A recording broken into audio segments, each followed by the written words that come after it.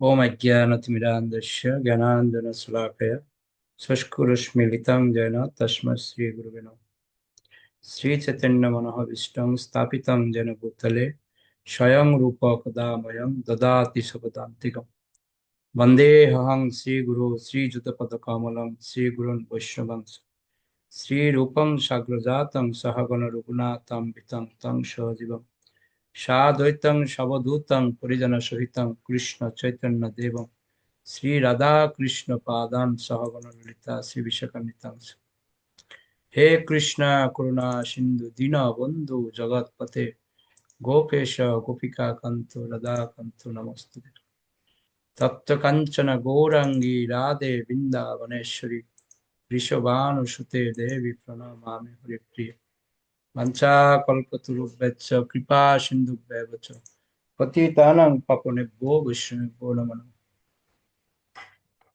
जय श्री कृष्ण चैतन्य प्रभु नित्यानंद श्री अद्वैत गदाधर शिवासादि गौर भक्तवृंद। हरे कृष्णा कृष्णा कृष्णा हरे हरे, हरे राम राम राम हरे हरे।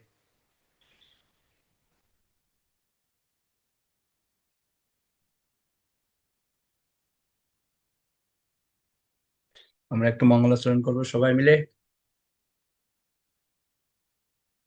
শ্রী চৈতন্য লীলা এই অমৃতের সিন্ধু, ত্রিজগৎ বাসাইতে পারে যার এক বিন্দু।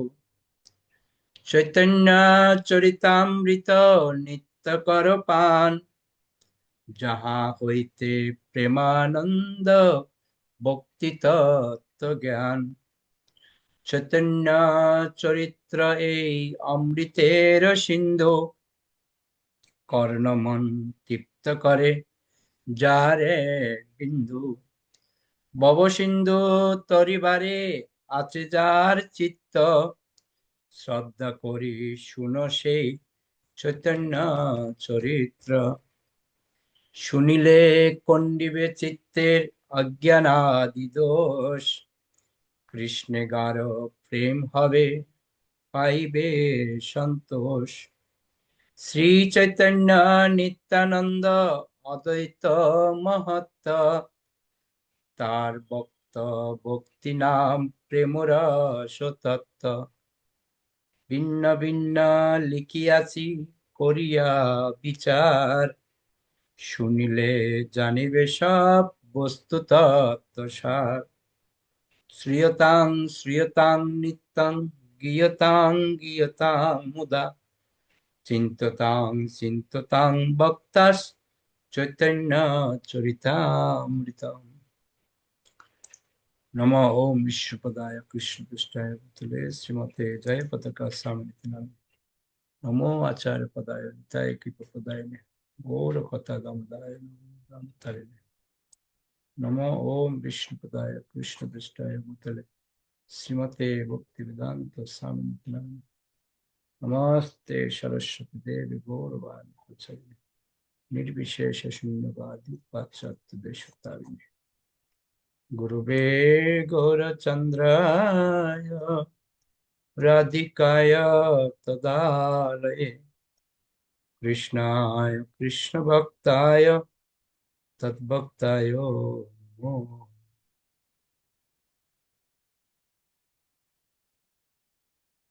प्रथम श्लोक।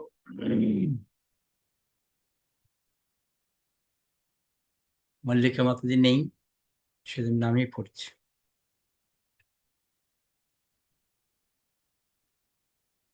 অনেকত্র প্রকটতা রূপ স্বৈকস্যয় কদা, সর্বতা তৎস্বরূপৈব স্বপ্রকাশ ইতির্যতে। একই রূপের অসংখ্য বিগ্রহ যখন অভিন্নভাবে একই সময়ে প্রকাশিত হয়, তখন ভগবানের সেই প্রকাশকে বলা হয় প্রকাশ বিগ্রহ। এটি ছিল রূপ গোস্বামী প্রাত রচিত লঘু ভাগবত অমৃত প্রথম অধ্যায় 21 নম্বর শ্লোক থেকে উদ্ধৃত একটি শ্লোক। তো আমরা পড়ছিলাম এর আগেও, দুটো বিষয় নিয়ে আমরা আলোচনা করছিলাম। কি কি? একটা হচ্ছে প্রকাশ বিগ্রহ, আরেকটা হচ্ছে বিলাস বিগ্রহ। দুটো বিগ্রহ নিয়ে আলোচনা হচ্ছিল। তো এখন বলছে অনেকত্র প্রকটতা রূপশোকস্য কদা সর্বতা তৎস্বরূপৈব স্বপ্রকাশ ইতির্যতে।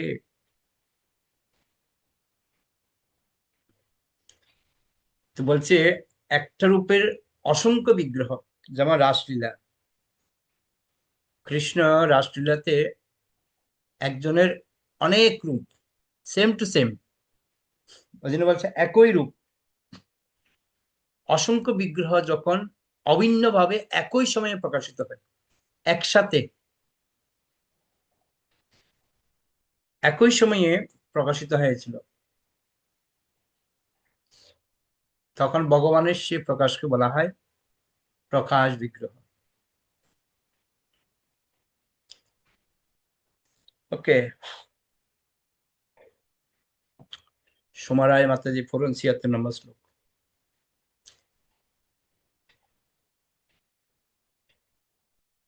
হরে কৃষ্ণ প্রভু, প্রণাম।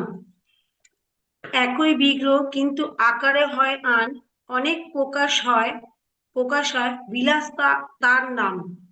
অনুবাদ: একই বিগ্রহ হওয়া সত্ত্বেও তার অসংখ্য রূপে পরস্পরের মধ্যে যখন অল্প পার্থক্য থাকে, তখন তাদের বলা হয় বিলাস বিগ্রহ। ওকে, অনেক ধন্যবাদ। হরে কৃষ্ণ প্রভু। একটু সুর করে পড়বেন। একই বিগ্রহ কিন্তু আকারে হয় আন, অনেক প্রকাশ হয় বিলাস তার নাম। তো বলা হচ্ছে একই বিগ্রহ হওয়া সত্ত্বেও তার অসংখ্য রূপের পরস্পরের মধ্যে যখন অল্প পার্থক্য থাকে, তখন তাদের বলা হয় বিলাস বিগ্রহ। তো ঠিক যেরকম কৃষ্ণ থেকে বিষ্ণু, বিষ্ণু থেকে আবার আহ, বলরাম, এরকম এক একটা রূপ ভগবান ধারণ করেন। তো এগুলিকে বলা হয় বিলাস বিগ্রহ। যে ভগবান একজনই, কিন্তু তার অসংখ্য রূপ রয়েছে, কিন্তু প্রত্যেকটা রূপের পার্থক্য রয়েছে। যেমন বলরামের রূপ আলাদা, বিষ্ণুর রূপ আলাদা, হ্যাঁ, রামের রূপ আলাদা, এরকম বিভিন্ন রকম রূপ হয়, সেটা হচ্ছে বিলাস বিগ্রহ। আর যখন একই থাকে অনেক, সেটা হয় প্রকাশ বিগ্রহ। ওকে, ৭৭ নম্বর শ্লোক। স্বরূপমন্যকারং যথস্য বাতি বিলাসতঃ প্রায়নাত্ম সমং শক্ত্যা সবিলাসো নিগদ্যতে। অনুবাদ: ভগবানের স্বরূপ যখন তার অচিন্ত শক্তির প্রভাবে লীলাবশত আত্মসদৃশ প্রায় অন্য বহুরূপে প্রকটিত হয়, তখন তাদের বলা হয় বিলাস বিগ্রহ। এই শ্লোকটিও লঘু ভাগবত অমৃত প্রথম অধ্যায় ১৫ নম্বর শ্লোক উদ্ধৃত। তো যে কথা আমরা বলছিলাম একটু আগে, তো ভগবানের স্বরূপ তিনি বিভিন্ন লীলাবিলাসের জন্য অনেক রূপ ধারণ করেন, ওটাকে বলা হচ্ছে বিলাস বিগ্রহ।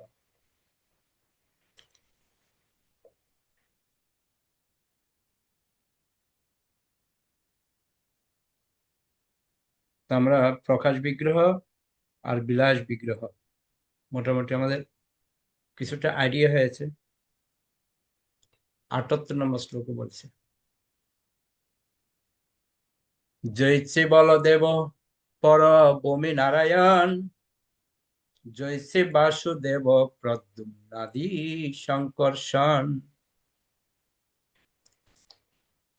এই ধরনের বিলাস বিগ্রহের দৃষ্টান্ত হচ্ছেন বলদেব, বৈকুণ্ঠ ধামে নারায়ণ এবং চতুর্ভুজ বাসুদেব, শঙ্কর্ষণ, প্রদ্যুম্ন ও অনিরুদ্ধ। তো এই যে এরা বিলাস বিগ্রহ পার্থক্য রয়েছে, বলদেবের রূপ আলাদা, বৈকুণ্ঠ নারায়ণের রূপ আলাদা, চতুর্ভুজের যে বাসুদেব, শঙ্কর্ষণ, প্রদ্যুম্ন, অনিরুদ্ধ, এদের রূপ আলাদা। আশা করি আপনার দুটো জিনিস ক্লিয়ার হচ্ছে, একটা বিলাস বিগ্রহ আর একটা প্রকাশ বিগ্রহ। তো দুটো জিনিস আমরা ক্লিয়ার করছি, প্রকাশ আর বিলাস।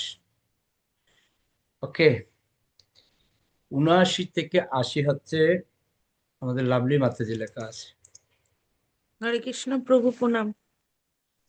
ঈশ্বরের শক্তি হয় এই তিন প্রকার, এক লক্ষ্মীগণ, পুরে মুনীষীগণ, আর ব্রজে গোপীগণ, আর সভাতে প্রধান, ব্রজেন্দ্র নন্দন যাতে স্বয়ং ভগবান। অনুবাদ: পরমেশ্বর ভগবানের শক্তি লীলা সঙ্গিনী তিন প্রকার, বৈকুণ্ঠ লোকে লক্ষ্মীগণ, দ্বারকায় মহিষীগণ এবং বৃন্দাবনে গোপিকাগণ। তাদের সকলের মধ্যে ব্রজ গোপিকারা হচ্ছেন শ্রেষ্ঠ, কেননা তারা স্বয়ং ভগবান ব্রজেন্দ্র নন্দন শ্রীকৃষ্ণের সেবা করার সৌভাগ্য অর্জন করেছেন। হরে কৃষ্ণ। অনেক ধন্যবাদ। তো খুব সুন্দর শ্লোকটা। ঈশ্বরের শক্তি হয় এই তিন প্রকার। তো ভগবানের শক্তি তিন প্রকার। কোন শক্তি? না, লীলা সঙ্গিনী, যে বিভিন্ন লীলা বিলাসের জন্য ভগবানের থেকে তিন প্রকারের শক্তি আবির্ভূত হয়। বলছে এক হচ্ছে লক্ষ্মী, দুই হচ্ছে মহিষী, তিন হচ্ছে গোপী। অর্থাৎ লক্ষ্মীগণ, মহিষীগণ আর গোপীগণ। তো ব্রজে গোপীগণ আর সবেতে প্রধান। ব্রজের যে গোপীরা তারা হচ্ছে সবকিছু থেকে শ্রেষ্ঠ। ব্রজেন্দ্র নন্দন যাতে স্বয়ং ভগবান, কেননা তারা স্বয়ং ভগবান ব্রজেন্দ্র নন্দন শ্রীকৃষ্ণের সেবা করার সৌভাগ্য অর্জন করেছে। তো সেটা আমাদের সবার মনে রাখা উচিত যে ভগবানের শক্তি তিন প্রকার। একটা হচ্ছে বৈকুণ্ঠের লক্ষ্মীগণ, দ্বারকার মহিষীগণ, আর বৃন্দাবনের গোপিকাগণ। গোপীরা শ্রেষ্ঠ কেন? না, তারা স্বয়ং ভগবানের সেবা করেছিল। চৈতালি মাতাজি 81 নম্বর শ্লোক। হরে কৃষ্ণ প্রভু প্রণাম। স্বয়ং রূপ কৃষ্ণেরও কায়োবুঝ্য তারও সম, ভক্ত সহিতে হয় তাহারও আবরণ।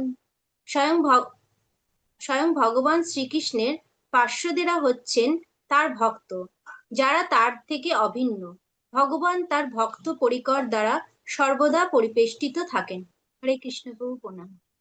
অনেক ধন্যবাদ। স্বয়ং রূপ কৃষ্ণের কায়বুহতার সম, ভক্ত সহিতে হয় তাহার আবরণ। বলছে ভগবানের যে সমস্ত পার্শ্বদ্বারা রয়েছে সবাই হচ্ছে ভক্ত, তারা ভগবান থেকে অভিন্ন এরা। তো ভগবান সবসময় তার ভক্তদের সঙ্গেই একসাথে থাকেন। তো প্রভুপাদ বলছেন শ্রীকৃষ্ণ এবং তার বিভিন্ন স্বরূপ প্রকাশ তাত্ত্বিক অভিন্ন। এই স্বরূপ প্রকাশ সমূহ আবার নিজেদের বিস্তার করেন এবং তারা হচ্ছে তাদের পার্শ্বদ বা সেবক প্রকাশ, যাদের বলা হয় ভক্ত।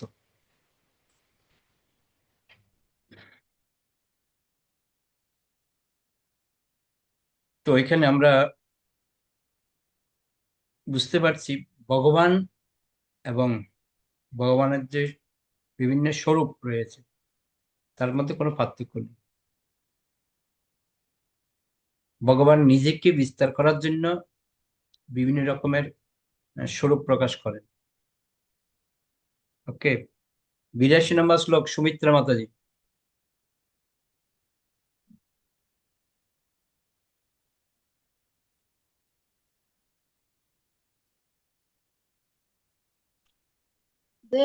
কি হলো রে ভাই? হ্যাঁ, শুনতে পাচ্ছি, বলেন। হরে কৃষ্ণ প্রণাম প্রভু, শোনা যাচ্ছে প্রভু? হ্যাঁ হ্যাঁ, শোনা যাচ্ছে, বলুন। 1 তারিখে বলছেন, এটা শুনতে পেয়েছেন। শ্লোক 82। ভক্ত আদি ক্রমে কইল সবার বন্দন, এ সবার বন্দন সর্ব শুভের কারণ। তাৎপর্য শ্লোকার্থ: ক্রম অনুসারে আমি সমস্ত ভক্তের বন্দনা করছি, তাদের বন্দনা করা হলে সর্বতোভাবে মঙ্গল হয়। তাৎপর্য: ভগবানের বন্দনা করতে হলে প্রথমে তার ভক্তবৃন্দের ও পার্শ্বদবৃন্দের বন্দনা করতে হয়। হরে কৃষ্ণ, প্রণাম প্রভু। ওকে, তাৎপর্য পড়ার দরকার নেই, অনুবাদ পড়লে যথেষ্ট। ওকে, তো আমরা আবার ফিরে যাচ্ছি আগের, যে কৃষ্ণদাস কবিরাজ গোস্বামী এখনো কিন্তু বন্দনা করে যাচ্ছে, ঠিক আছে? তিনি ক্রম অনুসারে পর পর পর পর পর পর বন্দনা করছে। উনি বলছে, ভক্ত আদি ক্রমে কইল সবার বন্দন, এই সবার বন্দন সর্ব শুভের কারণ। বলছে, যত আমি ভক্তদের বন্দনা করব, আর এদের বন্দনা করা হলেই কি হবে? সব সময় মঙ্গল হবে। তো ভক্তদের বন্দনা যত বেশি করবে, তত আমাদের কি হবে? মঙ্গল হবে। তো জন্য যে কোনো কিছু শুরু করার পূর্বে ভক্তবিন্দুদের এবং তার পার্শ্বদের অবশ্যই বন্দনা করা উচিত। ওকে, 83 এবং 84 নম্বর শ্লোক, দীপ্তিময়ী মাতাজি।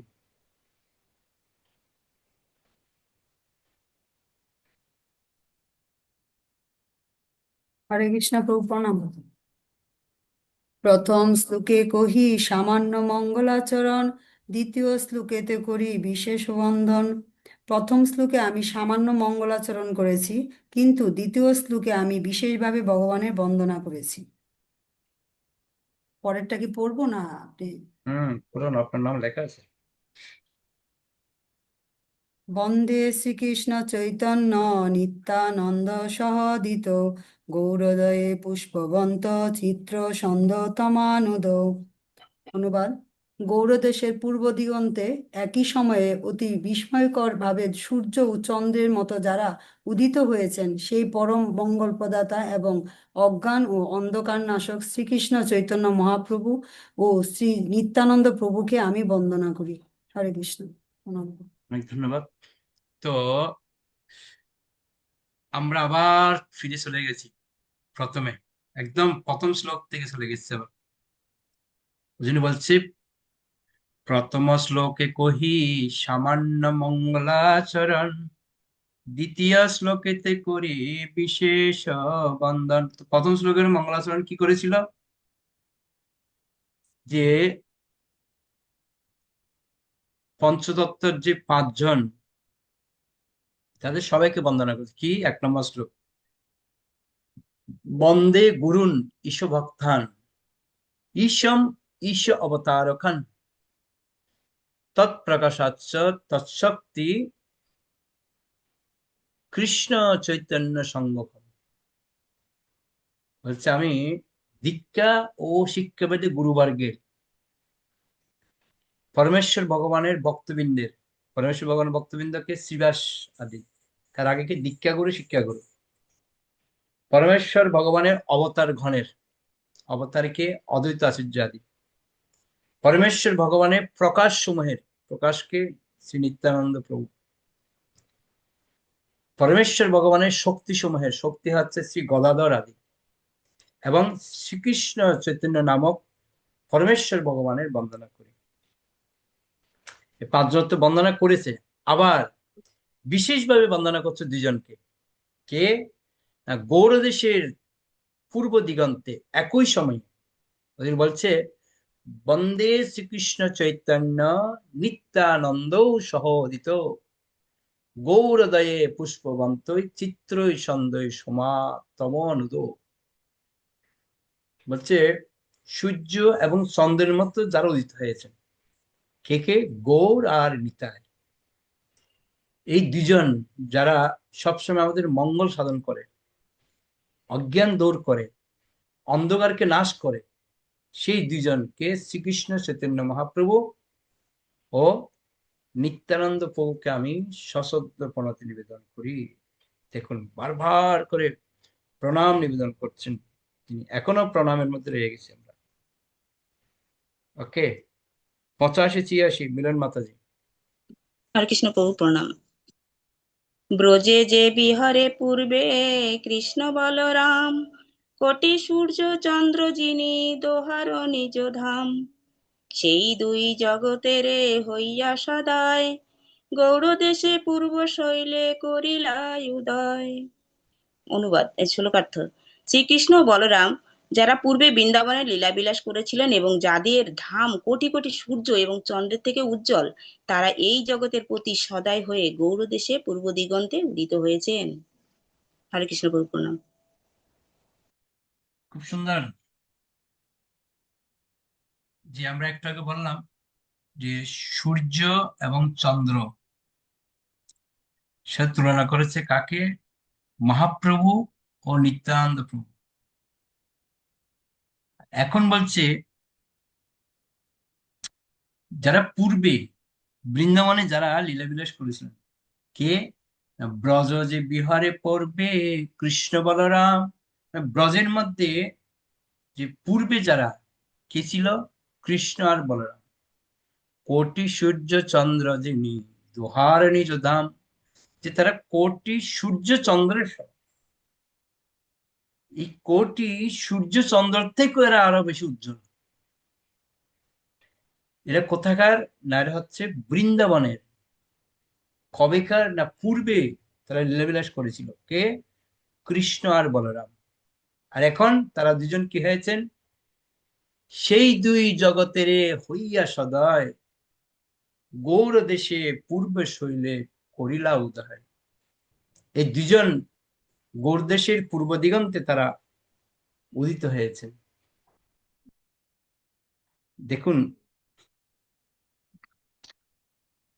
যে নিত্যানন্দ প্রভু আর মহাপ্রভুর যে প্রেমের উজ্জ্বল দৃষ্টান্ত, সেটা আমাদেরকে বুঝাচ্ছেন পূর্বের উদাহরণ দিয়ে। পূর্বে তারা কৃষ্ণ আর বলরাম দুজনের মধ্যে যে মধুর সম্পর্ক আমরা দেখতে পাই, আর সেই সম্পর্ক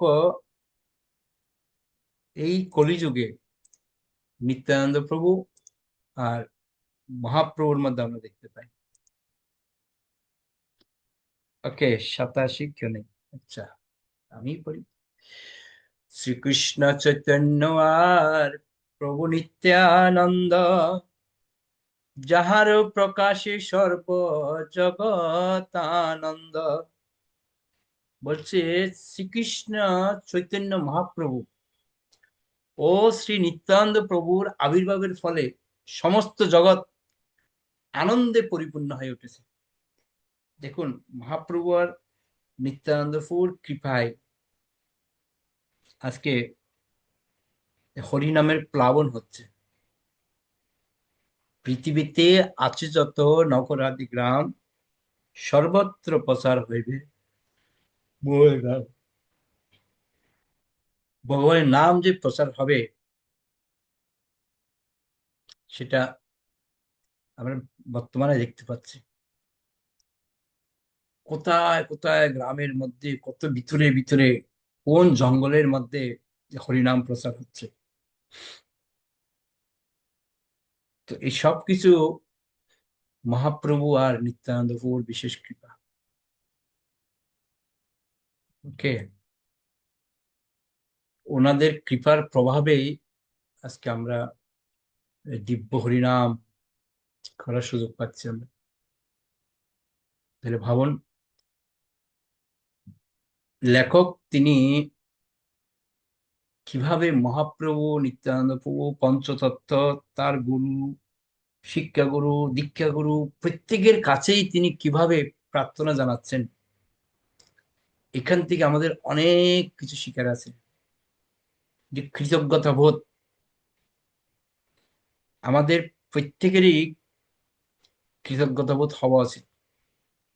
আমি বলছিলাম শ্রীমদ্ ভাগবত 11 স্কন্ধের কথা আমি প্রায় বলি, যে অবধূত তিনি 24 জনকে তিনি গুরু রূপে বরণ করেছেন। তাহলে ভাবুন যে প্রত্যেকের কাছেই আমাদের কিছু না কিছু আমাদের ঋণ থাকে। তো সেজন্য আমাদেরকে মনে রাখতে হবে যে একদিনের জন্য হলো আমি যদি কারো কাছে কিছু শিখতে পারি, তার কাছে ঋণী হওয়া উচিত। বুঝতে পারলেন? সেটা আমাদের প্রত্যেকের মনে রাখতে হবে। ওকে, এরপরে হচ্ছে উজ্জ্বল প্রভুর। উজ্জ্বল প্রভু তো নেই, মনে হয় নেই। ওকে।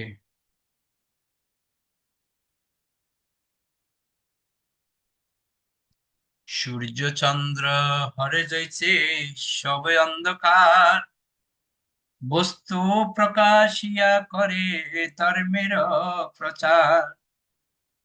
এই মত দুই ভাই জীবের অজ্ঞান, তমনাশ করি কইল তত্ত্ব বস্তু দান। অনুবাদ: সূর্য ও চন্দ্র যেমন অন্ধকার বিদূরিত করে, সবকিছুর যথার্থ রূপ প্রকাশ করে, তেমনই এই দুই ভাই জীবের অজ্ঞানতারূপী অন্ধকার দূর করে তাদের পরম তত্ত্ব জ্ঞানের আলোক দান করেছে। দুই ভাইকে মহাপ্রভু আর নিত্যানন্দ প্রভু, পূর্বে যিনি ছিলেন কৃষ্ণ আর বলরাম, তারা দুজন আবির্ভূত হওয়ার ফলে পুরো অন্ধকারকে পুরো নাশ করে দিয়েছে, অন্ধকারকে দূর করে পুরো আলো আমাদের দান করেছেন। কি আলো? তত্ত্ব জ্ঞানের আলো। জ্ঞান জ্ঞান জ্ঞান ছাড়া, তত্ত্ব জ্ঞান ছাড়া আমাদের কোনো উপায় নেই। ওই জন্য বলা হচ্ছে আমাদের প্রত্যেকেরই এই তত্ত্বজ্ঞান অন্বেষণ করতে হবে, না হলে আমাদের জীবনটাই বৃথা। তো সেজন্য বলা হচ্ছে অথাত ব্রহ্ম জিজ্ঞাসা।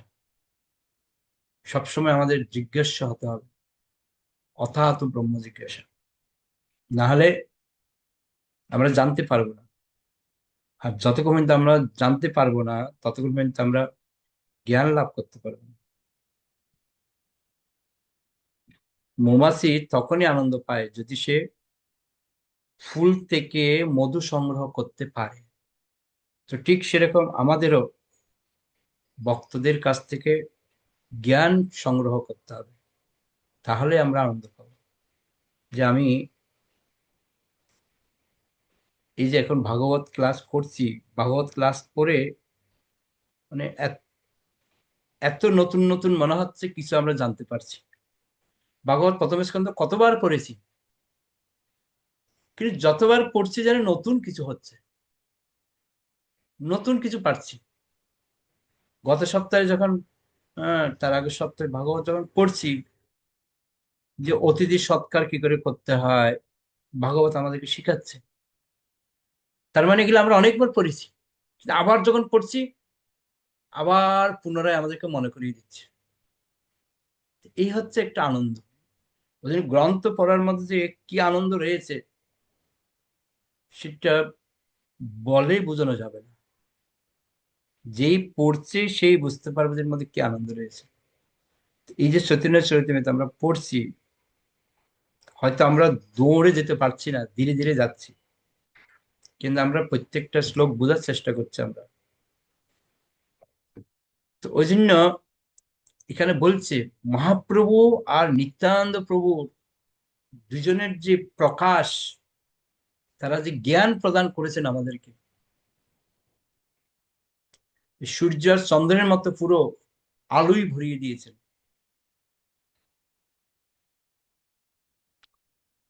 90 নম্বর শ্লোক বলছে অজ্ঞান তমের নাম কহিয়ে কইতব, ধর্ম অর্থ কাম মোক্ষ বাঞ্ছায়াদি সব। অজ্ঞানতার অন্ধকারকে বলা হয় কৈতব বা প্রতারণার পন্থা, যা শুরু হয় ধর্ম, অর্থ, কাম ও ও মোক্ষ আদির মাধ্যমে। কিছু ধর্ম রয়েছে আমাদের কৈতব ধর্ম, যে প্রতারণা করা, চিটিং করা, সেগুলি শুরু হয় ধর্ম, অর্থ, কাম ও মোক্ষ দিয়ে। তাহলে আমরা সবাই জানি, যারা বাস্তবে শুদ্ধ ভক্তি লাভ করতে চায়, তো শুদ্ধ ভক্তির যে 6টা লক্ষণ রয়েছে, তার মধ্যে একটা হচ্ছে মোক্ষ। মোক্ষ লঘু থাকে। শুদ্ধ ভক্তি মোক্ষকেও তুচ্ছ জ্ঞান করে, ধর্ম তো কাম পরের কথা। তো সেজন্য আমাদের ধর্মের প্রভাবটা আমাদের বুঝতে হবে। যে ভাগবত প্রথম স্কন্ধ প্রথম অধ্যায় 2 নম্বর শ্লোক কি বলছে? ধর্ম পর্জিতা কৈতবহত্র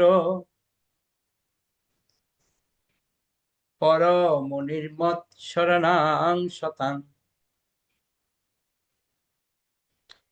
বেদ্যং বাস্তবমাত্র বস্তু শিবদং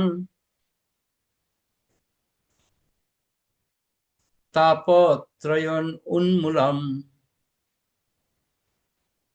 শ্রীমদ্ ভাগবতে মহামুনি কৃতে কিংবা পরৈরীশ্বরঃ সদ্য হৃদ্য বরুদ্ধতি হত্র কীর্তিবি শুশ্রূষু বিস্তৎকনাথ। বলছে, জড় বাসনাযুক্ত সব রকমের ধর্ম সম্পূর্ণভাবে বর্জন করে এই ভাগবত পুরাণ পরম সত্যকে প্রকাশ করেছে, যা কেবল সর্বতোভাবে নির্মৎসর ভক্তরাই হৃদয়ঙ্গম করতে পারে। কারা পারবে? যারা নির্মৎসর। পরম সত্য হচ্ছেন পরম মঙ্গলময় বাস্তব বস্তু। সেই সত্যকে জানতে পারলে ত্রিতাপ দুঃখ সমূল উৎপাদিত হয়। ব্যাসদেব যে গ্রন্থ আমাদের দিয়েছেন, মহামুনি বেদব্যাস উপলব্ধির পরিপক্ক অবস্থায় এই শ্রীমৎ ভাগবত রচনা করেছেন, এবং ভগবত তত্ত্বজ্ঞান হৃদয়ঙ্গম করতে এই গ্রন্থটি যথেষ্ট। সুতরাং অন্য কোন শাস্ত্র গ্রন্থের আর কি প্রয়োজন? কেউ যখন শ্রদ্ধাবনত চিত্তে এই ও একাগ্রতা সহকারে এই ভাগবতের বাণী শ্রবণ করেন, তখন তার দিয়ে ভগবত তত্ত্বজ্ঞান প্রকাশিত হয়। বুঝতে পারছেন? এই ভাগবত কেন আমাদের জন্য গুরুত্বপূর্ণ? আমি তো সবাইকে একটা কথাই বলি, কিছু পড়ুন আর না পড়ুন, 3টে গ্রন্থ অবশ্যই পড়বেন। একটা হচ্ছে গীতা, একটা ভাগবত, আর একটা চৈতন্য চরিতামৃত। এই করুন, তাহলে আনন্দ পাবেন। এই যে কথাগুলি বলছে এখানে, অনেক গুরুত্বপূর্ণ কথা।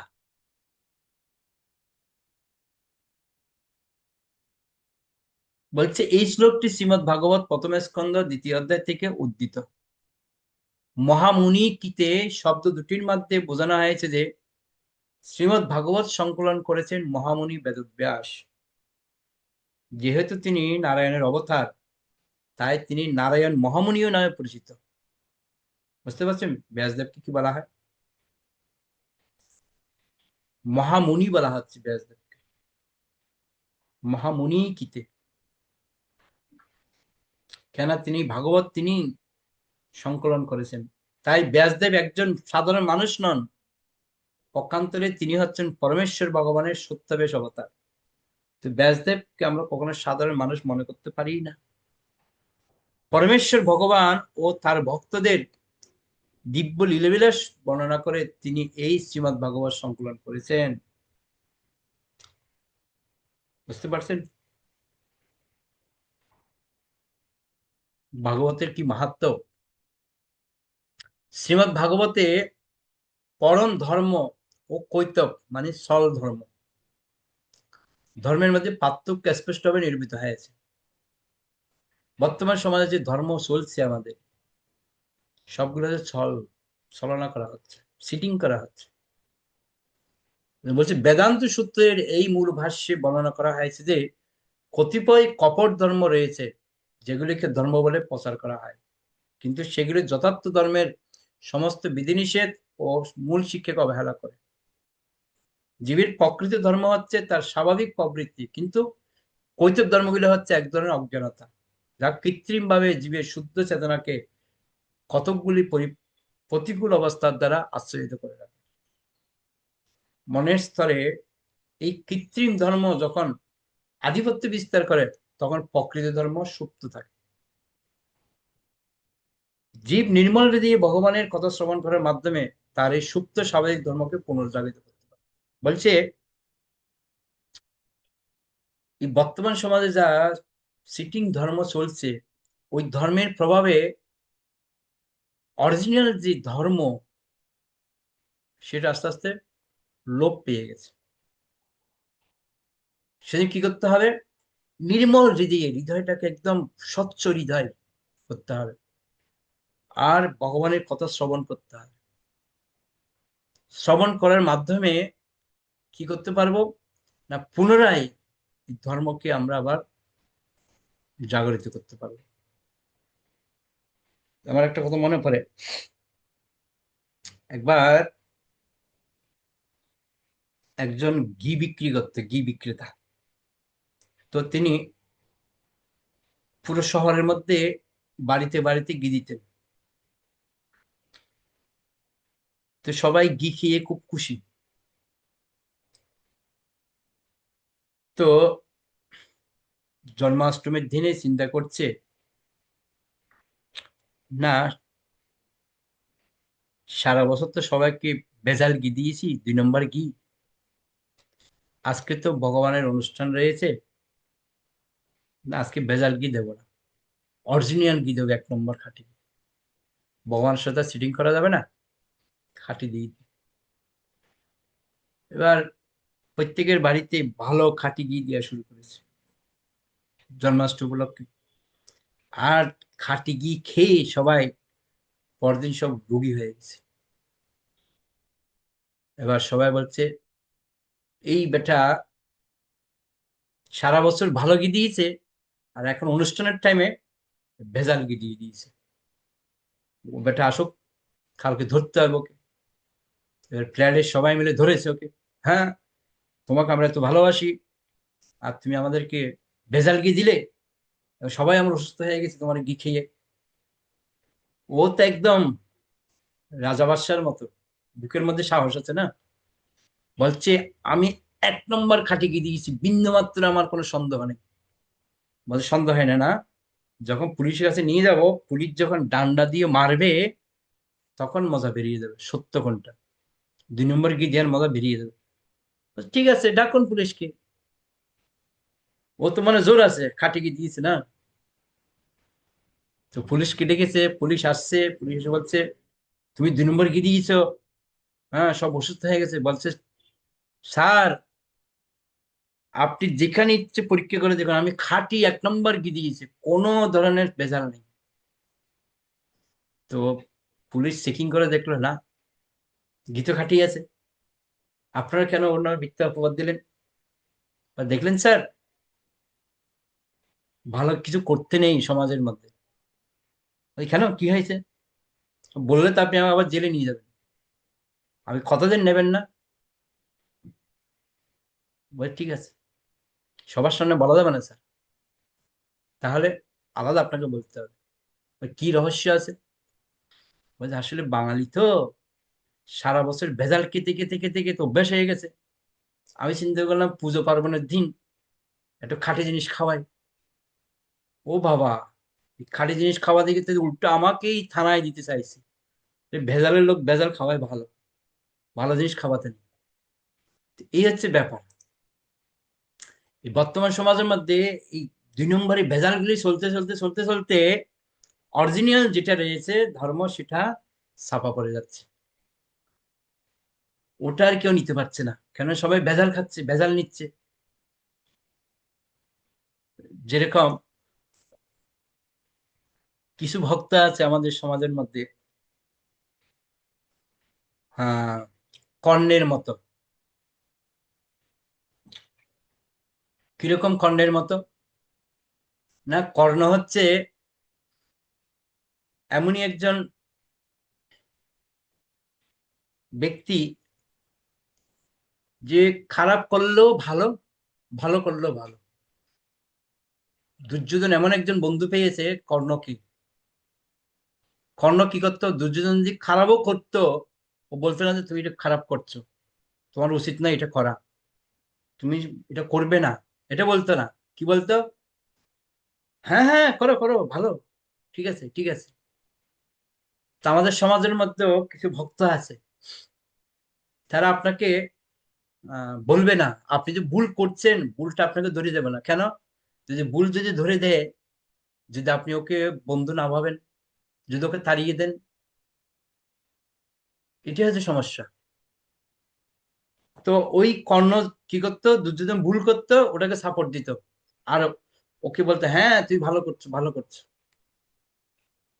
এই এরা হচ্ছে অরিজিনাল জিনিসটাকে চাপা দিয়ে দিচ্ছে এরা। কিন্তু আমরা দেখতে পাই কৃষ্ণ অর্জুনকে কিন্তু বিন্দুমাত্র সাথ দেয়নি। অর্জুনকে কি দিয়ে শুরু করেছে গীতার মধ্যে? প্রথম অসচ্চারণ্য সুশস্ত্রম প্রজ্ঞাবাদাংশু বাসসে গতাশুনচ নানো সুসন্তে পণ্ডিতা। তুমি কথাগুলি তো পণ্ডিতের মতো। প্রথম শুরুতেই ভগবান শুরু করেছে কি দিয়ে? অর্জুনকে ঝাড় দিয়ে। তুমি কথাগুলো পণ্ডিতের মতো, অথচ যে বিষয়ে শোক করা উচিত নয় তুমি সে বিষয়ে শোক করছো। যা যথার্থভাবে তারা কখনো মৃত বা জীবিত কারো জন্য শোক করে না। শুরুতেই ভগবান বকা দিয়ে শুরু করেছে। এই হচ্ছে ব্যাপার। তো বর্তমান যুগে ধর্ম চলছে এরকম,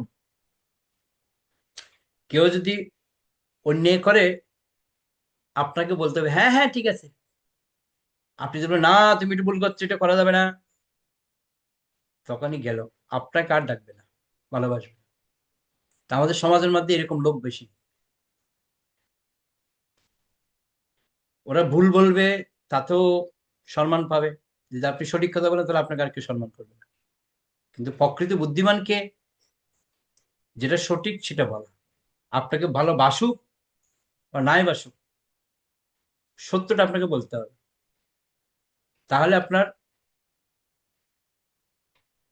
একজনের কাছে আপনি ভালো থাকবেন, সেটা হচ্ছে কি? ভগবান। লোকের ভালোবাসা দিয়ে কি হবে? ভগবান যদি ভালো না বাসে, আপনি লোককে সন্তুষ্ট করতে গিয়ে ভগবানকে অসন্তুষ্ট করছেন, সেটা একবার দেখুন। লোকের ভালোবাসা কতক্ষণ থাকবে? যতক্ষণ আপনি জীবিত থাকবেন ততক্ষণ। কিন্তু ভগবানের ভালোবাসা মৃত্যুর পরও আপনি কার্যকরিতা পাবেন। তো সেজন্য আমরা এখান থেকে প্র্যাকটিস করছি। বলছে আমরা যখন প্রসাদ পাই, হয়তো কোনো অনুষ্ঠানে কোনো জায়গার মধ্যে মায়াপুরে বা কোনো জায়গাতে যখন আমরা প্রসাদের জন্য লাইন দিই, দেখা যায় অনেক দূর লাইন চলে গেছে। তখন আমাদের সবার মনে একটাই চিন্তা, এত লম্বা লাইন, কখন প্রসাদ পাবো? ইস, লাইনটা যদি সামনে হতো। আবার কেউ কেউ আবার টুকলি করে, টুকলি বুঝেন তো, হেলে দুলে একটু সামনে যেতে যেতে যেতে চুপ করে কোনটা ঢুকে যাবে। আর ও ধর, হ্যাঁ তুমি আমাদের দলের না, তুই এখানে ঢুকলে কেন? আর ঝগড়া। তো ভক্ত হয়েও বেজার করে, ও লাইন দিতে রাজি না। এত লম্বা লাইন দেবো, বাড়ির লোকেরা লাইন দিয়ে দাঁড়িয়ে আছে, আর ভক্তগুলি সুযোগ খুঁজে যে কাউকে না চিনলেও, হরে কৃষ্ণ মাতাজি, হ্যাঁ আপনি ভালো আছেন, কথা বলে টুকরো ঢুকি গেল লাইনের মধ্যে। এই সব জায়গার মধ্যে, এই যে বলছি না, রক্ষা কি করছে না ধর্মকে, সবাই ভেজাল করছে। কিন্তু একটা জিনিস চিন্তা করতে হবে আমাদের, কি? গোলক বৃন্দাবনে যখন যাবেন, ওখানে কিন্তু এর 10 গুণ লাইন বেশি দিতে হবে আপনাকে সেবার জন্য। বুঝতে পারলেন তো? এখানে আপনি ফাঁকি দিচ্ছেন, ওখানে কিন্তু ফাঁকি দিয়ে যাবে না। হ্যাঁ, ওখানে আটকিয়ে দেবে একদম সুদা। আগে কোথায় যাচ্ছে, হ্যাঁ দাঁড়াও এখানে, ফাঁকি দিচ্ছে। এখানে মাসি পিসি মাতাজি ডাকলে আর কাজ হবে না, লাইনে দাঁড়াতে হবে। কেন? আমরা কি বলি সকালে, মঙ্গল যখন আমরা দর্শনার্থী গায়, লক্ষ্মী সহস্র শত সম্ভ্রম সেব্যমানম। শত শত হাজার হাজার লক্ষ্মী এই সেবার জন্য লাইন দিয়ে বসে আছে, ভগবানের সেবার জন্য। এত হাজার হাজার লাইনের পিছনে আপনাকে থাকতে হবে। আর এখানে 100-200 ভক্তের 300 ভক্তের পিছনে লাইন দিতে আমাদের কত কষ্ট, আর ওখানে হাজার হাজার ভক্তের পিছনে লাইন দিতে হবে সেবা করার জন্য। বুঝতে পারলেন? তো হরে কৃষ্ণ প্রভু, আমি একটা কথা বলতে চাই সবাইকে। পরে হাত তুলবেন, পরে পরে পরে ক্লাসে পরে, মাঝখানে কোনো কথা নেই। তো সেজন্য আমাদের মনে রাখতে হবে, কৈতব ধর্ম সলভ করে, ভগবান কখনো সল চাতুরীকে কখনো ভগবান পছন্দ করেন না। হয়তো আপনি সলভ করে হয়তো সাময়িক একটু আনন্দ পাবেন, সবার থেকে একটু বাহবা পাবেন, কিন্তু বাস্তবিক অর্থে বিন্দু মাত্র আপনাকে সাথ দেবে না ভগবান। এটাই বলছে, দেখুন শ্রীমদ ভাগবতী পরম ধর্ম কৈতব মানে সলভ, ধর্মের মধ্যে পার্থক্য স্পষ্টভাবে নিরূপিত হয়েছে। বুঝতে পারলেন তো? সেই জন্য বলছে এই যে যে ধর্মকে সবাই আস্তে আস্তে সল সাতরি করে ধর্মকে অধপতন করছে, আমাদের উচিত কি না নির্মল যদি ভগবানের কথা শ্রবণ করার মাধ্যমে তার সেই সুপ্ত স্বাভাবিক ধর্মকে পুনর্জাগৃত করতে পারে। তার মধ্যে আমাদের যখন ভগবানের কথা শ্রবণ করাবো, শুনবে আস্তে আস্তে আস্তে আস্তে, তাহলে সে ধর্ম আবার পুনরায় জাগরিত হবে। ঠিক যেরকম আমরা গীতায় যখন পড়ছি, চতুর্থ অধ্যায়ে বলছে ভগবান প্রথম কাকে দিয়েছে, সূর্যদেব বিভূষণকে দিয়েছে। এভাবে পরম্পরাক্রমে আস্তে আস্তে মাঝখানে কি হয়ে গেল, এবং পরম্পরা প্রাপ্তং মিমং রাজস্ব বিদ সকারণে হতা যোগ নষ্ট করন্ত, যে মাঝখানে এই জ্ঞান লুপ্ত হয়ে গেছিল, আবার পুনরায় ভগবান অর্জুনের মাধ্যম দিয়ে এই গীতার জ্ঞান প্রদান করেছে। তো ঠিক সেরকম বলছে আমাদেরও, যেটা আমাদের মধ্যে বাস্তব যে ধর্মটা আমাদের চাপা পড়েছে, সেটাকে বিতাড়িত করার জন্য আমাদের নির্মল হৃদয়ে শুধু ভগবানের কথা শ্রবণ কীর্তন করতে হবে, তাহলে আমরা আবার পুনরায় আগের মতো ফিরে আসতে পারবো। তো শ্রীমদ ভাগবতে যে ধর্ম বর্ণিত হয়েছে তা সব রকমের অপূর্ণ ও কৈতব ধর্ম থেকে সম্পূর্ণ আলাদা। ভাগবতের মধ্যে বিন্দু মাত্র কি নেই কৈতব ধর্ম। ধর্মকে নিম্নলিখিত 3টি ভাগে ভাগ করা যায়। 1 নম্বর হচ্ছে সকাম কর্ম, সকাম কর্ম মানে কর্মকাণ্ড। দ্বিতীয় হচ্ছে জ্ঞান ও যোগের পন্থা বা জ্ঞানের কাণ্ড, এবং 3 নম্বর হচ্ছে প্রেমময়ী সেবার দ্বারা ভগবানের আরাধনা বা উপাসনা কাণ্ড। তো কর্মকাণ্ড জ্ঞানকাণ্ড কেবলই বিশ্বের কাণ্ড, অমৃতা বলিয়া যে বা খায়। তো কর্মকাণ্ডে জ্ঞানকাণ্ড আমরা যাবো না, আমরা কি সরাসরি উপাসনা কাণ্ডের মধ্যে যাবো। বলছে কর্মকাণ্ড ধর্মীয় অনুষ্ঠানের দ্বারা অলঙ্কিত হলেও তার উদ্দেশ্য হচ্ছে পার্থিব অবস্থার উন্নতি। এই পন্থাটি কপট বা প্রতারণাপূর্ণ, কারণ তা কখনো জীবকে জড়জগতের বন্ধন থেকে মুক্ত করে পরমাত্ম প্রদান করতে পারে না। কর্মকাণ্ডীদের মধ্যে সবকিছু হয়, কিন্তু এরা কখনো মুক্ত হয় না। জীব জড়জাগতিক দুঃখ দুর্দশা থেকে অব্যাহতি লাভের জন্য নিরন্তর সংগ্রাম করে চলেছে, কিন্তু কর্মকাণ্ড অনুশীলন করার মাধ্যমে সে কেবল জড়জগতের সাময়িক সুখ অথবা সাময়িক দুঃখই লাভ করে। পুণ্যকর্মের ফলে সে ক্ষণস্থায়ী জড় সুখ ভোগ করে এবং পাপ কর্মের ফলে দুঃখ দুর্দশা ভোগ করে। তাই জড়জগতের সর্বোচ্চ সুখভোগ স্তরে অধিষ্ঠিত মানুষেরও জন্ম মৃত্যু জরা ব্যাধির ক্লেশ থেকে মুক্ত হওয়ার চেষ্টা করে, যা সকাম কর্মের তথাকথিত ধর্ম অনুষ্ঠানের মাধ্যমে তারা কখনোই লাভ করতে পারে না। বুঝতে পারলেন? তো কর্মকাণ্ডের মাধ্যমে কখনো আমরা ভগবত ভক্তি লাভ করতে পারবো না। হ্যাঁ, পুণ্যকর্ম হবে, কিন্তু এটা ক্ষণস্থায়ী। দ্বিতীয়টা কি? জ্ঞান মার্গ, জ্ঞান আহরণের পন্থা জ্ঞান মার্গ, এবং যোগসিদ্ধির পন্থা যোগমার্গ সমানভাবে বিপজ্জনক। কেননা এই অনিশ্চিত পন্থা অবলম্বন করে মানুষ যে কোথায় গিয়ে পৌঁছবে তা কেউ জানে না। যেতে আছে যেতে আছে যেতে আছে, কোথায় যে যাচ্ছে কেউ জানেই না। বলা হচ্ছে জ্ঞানী বহু জন্মান্তরে পারমার্থিক জ্ঞানের অন্বেষণ করলেও যতক্ষণ পর্যন্ত না সে শুদ্ধ সত্য গুণের স্তর উন্নতি হচ্ছে, অর্থাৎ মনোধর্ম প্রসূত ভ্রান্তি বিলাসের স্তর অতিক্রম করে চিন্ময় স্তর অধিষ্ঠিত হচ্ছে, ততক্ষণ পর্যন্ত সে কোনো মতেই জানতে পারে না যে সবকিছুই প্রকাশিত হচ্ছে পরমেশ্বর ভগবান বাসুদেব থেকে। জ্ঞানীরা এত জ্ঞান লাভ করে ওরা ভগবানকে বুঝতেই পারেন। ওরা তারা মনে করে ভগবান নিরাকার। পরমেশ্বর ভগবানের নির্বিশেষ রূপের প্রতি তার আসক্তির ফলে সে বাসুদেব উপলব্ধি চিন্ময় স্তরে উন্নীত হতে পারে না, এবং তাই তার কলুষিত মনোবৃত্তি তাকে আবার জড়জগতে অদ্বৈত হতে বাধ্য করে। এমনকি মুক্তিস্তর প্রাপ্ত হওয়ার পরও ভগবানের সেবারূপ পরমাশ্রয় লাভ করতে পারে না বলেই তাকে এভাবে অদ্বৈত হতে হয়। বুঝতে পারছেন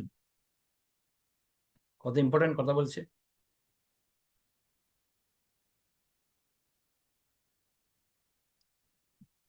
যোগীদের জ্ঞান সিদ্ধির পন্থ পারমাত্মিক উপলব্ধির পথে এক মস্ত বড় প্রতিবন্ধক। ভক্তি জীবনের মধ্যে প্রথমটা কি ছিল? কর্মকাণ্ড হচ্ছে আমাদের প্রতিবন্ধক, দ্বিতীয় হচ্ছে জ্ঞান কাণ্ড আমাদের প্রতিবন্ধক, তৃতীয় হচ্ছে যোগী যোগসিদ্ধির পন্থা একটা প্রতিবন্ধক। একজন জার্মান পণ্ডিত যিনি ভারতবর্ষে এসে ভগবত ভক্তির পন্থা অবলম্বন করেছিলেন, তিনি বলেছিলেন যে জড়বিজ্ঞান ইতিমধ্যে যৌগিক সিদ্ধিগুলো আয়ত্ত করেছে, তাই তিনি ভারতবর্ষের যৌগিক সিদ্ধি লাভের পন্থা অনুশীলন করার জন্য আসেননি। পক্ষান্তরে শ্রীমৎ ভাগবতে বর্ণিত ভগবত ভক্তির পন্থা অনুশীলন করার জন্য তার এদেশে আগমন। যোগসিদ্ধির প্রভাবে যোগী প্রবৃত শক্তি লাভ করে এবং তার ফলে সাময়িকভাবে সে জন্ম মৃত্যু জড় ব্যাধির কবল থেকে মুক্ত হতে পারে, যা আধুনিক বিজ্ঞানও কিছু মাত্রা আয়ত্ত করতে সক্ষম হয়েছে। আপনি যোগ সাধনা করলে কি পাবেন? রোগ ব্যাধি থেকে মুক্তি থাকতে পারবেন, বৃদ্ধ হবেন না, আপনার যোগের শক্তি থাকবে। কিন্তু এই ধরনের যৌগিক শক্তি জড়জাগতিক দুঃখ দুর্দশা থেকে মানুষকে চিরতরে মুক্তি দিতে পারে না। আপনি যতই যোগিক যোগ সাধনা করুন না কেন, দুঃখ থেকে তারা মুক্তি পাবেন না। তাই শ্রীমৎ ভাগবতে ধর্ম অনুশীলনের পন্থাকেও কপট ধর্ম বা সল ধর্ম বলে বর্ণনা করা হয়েছে। এই সমস্ত কিছু বলা হচ্ছে সল ধর্ম।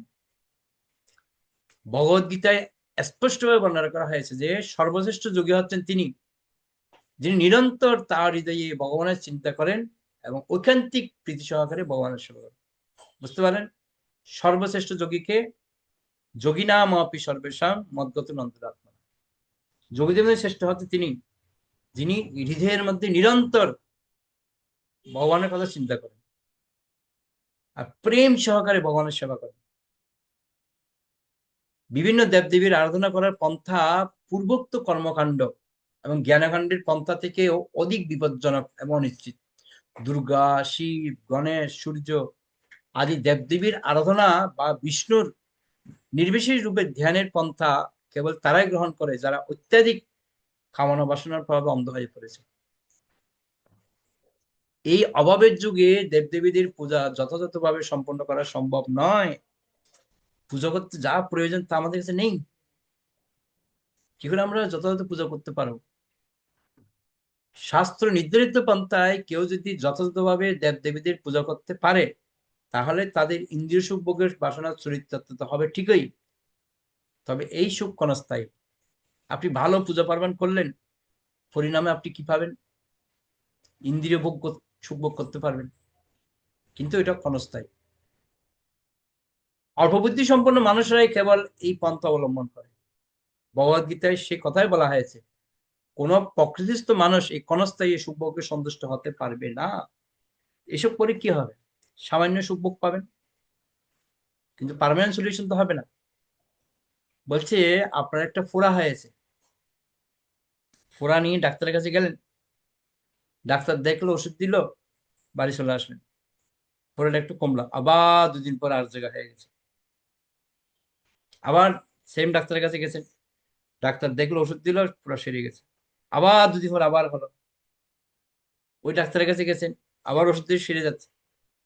তো হঠাৎ করে একজন বিজ্ঞ ব্যক্তি আপনাকে বলল, কি চিকিৎসা করছো, বারবার ডাক্তারের কাছে যাচ্ছ, আবার ওই জায়গায় আবার ফোড়া হচ্ছে, নিশ্চয়ই তোমার চিকিৎসা ভালো হচ্ছে না। তুমি এক কাজ করো, একটা ভালো ডাক্তারের কাছে যাও। যেই ভালো ডাক্তারের কাছে গেছে, ডাক্তার কি করলো, তাকে পরীক্ষা দিল, রক্ত পরীক্ষা করতে দিল। তো রক্ত পরীক্ষা করে দেখলো তার রক্তের মধ্যে দূষণ হয়েছে। তখন বলছে, না, তোমার আগে রক্তের পরীক্ষা করতে, চিকিৎসা করতে হবে। যখন তার রক্ত দূষণের পরীক্ষা করার পর ধরা পড়লো রক্ত দূষণ, তখন তাকে সঠিকভাবে যখন চিকিৎসা করা হলো, চিরতরে সুস্থ হয়ে গেল। তো ঠিক সেরকম আমাদেরও এই যে বিভিন্ন যে পন্থাগুলি রয়েছে, যোগী, জ্ঞানী, কর্মী, এই সব কিছুর সাময়িক আমরা হয়তো আনন্দ পাবো, কিন্তু পার্মানেন্ট সলিউশন কিছু পাবো না আমরা। ওই যে আমাদের পূর্বোক্ত 3টি পন্থার কোনোটি জড়জগতের চিতার দুঃখ থেকে মানুষকে মুক্ত করতে পারে না। চিতার দুঃখ কি? এই চিতার দুঃখ হচ্ছে আধ্যাত্মিক, অর্থাৎ নিজের দেহ মনোজাত দুঃখ। আদিভৌতিক, অন্যান্য জীব কর্তৃক প্রদত্ত দুঃখ। ভৌতিক মানে এই ভৌতিক জগৎ থেকে যে দুঃখগুলো আমরা পাই। আধ্যাত্মিক মানে নিজের শরীর থেকে যে দুঃখগুলো পাই। এবং আদি দৈবিক, অর্থাৎ বিভিন্ন দেবতা থেকে যে দুঃখগুলো আমরা পাই। শ্রীমদ ভাগবতে যে ধর্মের কথা বলা হয়েছে, তা এই চিতার দুঃখকে সমূলে উৎপাদিত করে। আমরা যখন ভাগবতের জ্ঞান লাভ করব, তখন এই তিতাপের ঊর্ধ্বে আমরা উঠে যাব।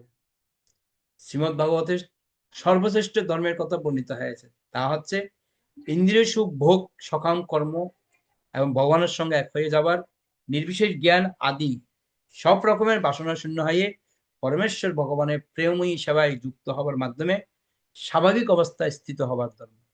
বুঝতে পারছেন? আমাদের কখনোই চিন্তা করা উচিত নয় ভগবানের সাথে আমরা এক হয়ে যাব, ইন্দ্রিয় সুখভোগ করব, সকাম কর্মে যুক্ত হব। এটা আমাদের মুখ্য উদ্দেশ্য নয়। আমাদের মুখ্য উদ্দেশ্য কি? কিভাবে ভগবানের প্রেমময়ী সেবায় আমরা যুক্ত হব, এটা হচ্ছে আমাদের মুখ্য উদ্দেশ্য। স্থূল অথবা সূক্ষ্ম যে কোনো রকমের ইন্দ্রিয় সুখ ভোগ বৃত্তি যে ধর্ম, তা হচ্ছে কপট ধর্ম। কারণ এই প্রকার ধর্মের অনুগামীরা কখনোই এই ধর্মাচরণগুলির মাধ্যমে জড়জাগতিক দুঃখ দুর্দশা থেকে অব্যাহতি লাভ করতে পারে না।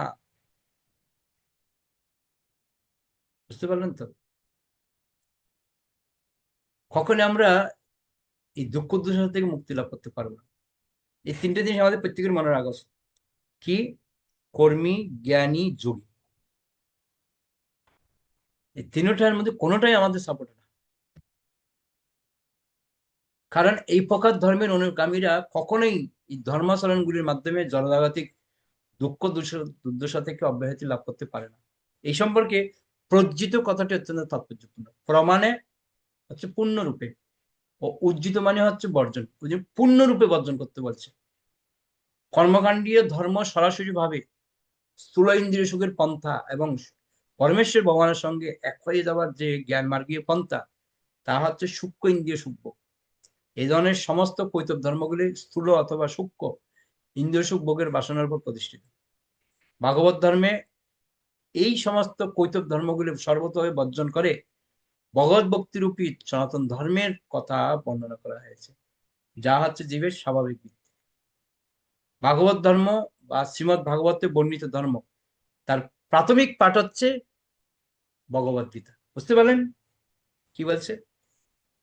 আমাদের ভগবত গীতা পড়তেই হবে। ওই জন্য বলা হয় 3টা গীতা, ভাগবত, চৈতন্য, ব্যালেন্স করে পড়তে হবে। তারা অনুসরণ করেন যারা হচ্ছেন সর্বশাস্ত্র মুক্ত পুরুষ এবং যাদের কাছে কৈতব ধর্মমূলক সব রকমের ইন্দ্রিয় সুখভোগ সম্পূর্ণ ভক্ত, সকাম কর্মপরায়ণ, ভোগী, যোগী, জ্ঞানী ও মুক্তিকামী দের সকলের উদ্দেশ্য হচ্ছে তাদের জড়জাগতিক অবস্থার উন্নতি সাধন করা। কিন্তু ভগবত ভক্তদের এ ধরনের কোনো বাসনা নেই। তারা পরমেশ্বর ভগবানের সেবা করেন কেবল তারই সন্তুষ্টি বিধানের জন্য। নিজের ইন্দ্রিয় তৃপ্তির উদ্দেশ্যে তথাকথিত অহিংসা ও পুণ্যের কথা চিন্তা করে অর্জুন স্থির করেছিলেন যে তিনি যুদ্ধ করবেন না। কিন্তু তিনি যখন সর্বতভাবে পরমেশ্বর ভগবানের শরণাগত হয়ে সম্পূর্ণরূপে ভাগবত ধর্মের মর্ম উপলব্ধি করেছিলেন, তখন তিনি তার সিদ্ধান্ত পরিবর্তন করেছিলেন এবং ভগবানের সন্তুষ্টি বিধানের জন্য যুদ্ধ করতে সম্মত হয়েছিল। দেখুন তো কত সুন্দর কথা বলছে এখানে। অর্জুন তিনি পর্যন্ত বিভ্রান্ত হয়েছিলেন। তিনি কি বলেছিলেন? না, আমি অহিংসা করবো না, আমি কাউকে হত্যা করবো না। কিন্তু ভগবান যখন তাকে বুঝালেন, তখন তিনি সম্পূর্ণরূপে ভগবানের কাছে শরণাপন্ন হয়েছিলেন। আর যখনই সম্পূর্ণরূপে ভগবানের শরণাপন্ন হয়েছিলেন, তখন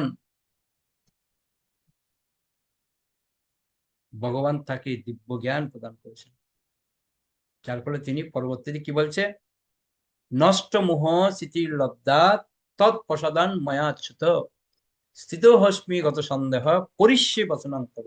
হে কৃষ্ণ, হে অচ্যুত, আমার মোহ বিনষ্ট হয়েছে, তোমার কৃপায় আমি আমার স্মৃতি লাভ করেছি, আমার সন্দেহ দূর হয়েছে এবং আমি এখন যথার্থ তত্ত্বজ্ঞানে স্থিত হয়েছি। এখন আমি তোমার নির্দেশ অনুসারে কর্ম করতে সম্পূর্ণভাবে প্রস্তুত। এই কথা আমরা কখন বলবো? তার জন্য অপেক্ষা করতে হবে।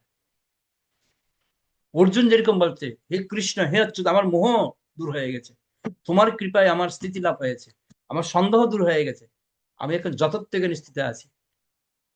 এরকম কৃষ্ণকে যেদিন সামনে গিয়ে বলবেন, কৃষ্ণ বলবে, আহা, মনটা জুড়ে গেল আমার ভক্তের কথা শুনতে। যেদিন আপনি ভগবানের সামনে গিয়ে কথাগুলি বলবেন, অর্জুন যেরকম বলেছে, এই বিশুদ্ধ চেতনায় অধিষ্ঠিত হওয়াই হচ্ছে জীবের ধর্ম। আমাদের এই যে অর্জুন যে কথাগুলি বলেছে, এগুলি ভগবানের সামনে গিয়ে আমাদের বলতে হবে। কোন দিন বলতে পারবো? তার জন্য আমাদেরকে প্র্যাকটিস করতে হবে। যেদিন ভগবানকে বলে, হে ভগবান, তোমার কৃপায় আমার মোহ দূর হয়ে গেছে, আমি এখন স্থিতি লাভ করেছি, আমার সমস্ত সন্দেহ দূর হয়ে গেছে, আমি এখন পূর্ণ জ্ঞানের উপর নির্ভরশীল, আমি এখন তোমার সেবায় প্রস্তুত, তুমি যা সেবা দেবে তাই করবো। তথাকথিত যে সমস্ত ধর্ম এই পরম নির্মল পারমাত্মিক স্তর অধিষ্ঠিত হতে বাধা দেয়, সেগুলি হচ্ছে কপট ধর্ম বা আসল ধর্ম। বুঝতে পেরেছেন? আপনি ভগবানের সেবা করতে চাইছেন, কিন্তু আপনাকে সেবার পিছন দিকে টেনে রেখেছে, সেবা করতে দিচ্ছে না। তার মানে যে আপনাকে সেবা করতে দিচ্ছে না, সে হচ্ছে কে? না, সে হচ্ছে ছল, কপট।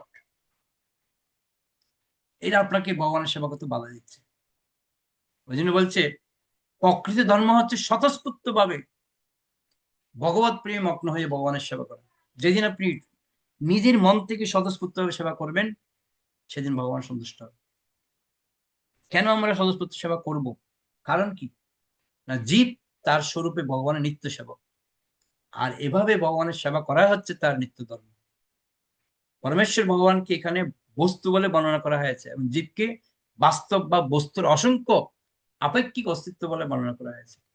পরম বস্তুর সঙ্গে আপেক্ষিক বাস্তবাংশের সম্পর্ক কখনো বিনষ্ট হয় না, কেননা তা হচ্ছে বাস্তবাংশের স্বাভাবিক ধর্ম।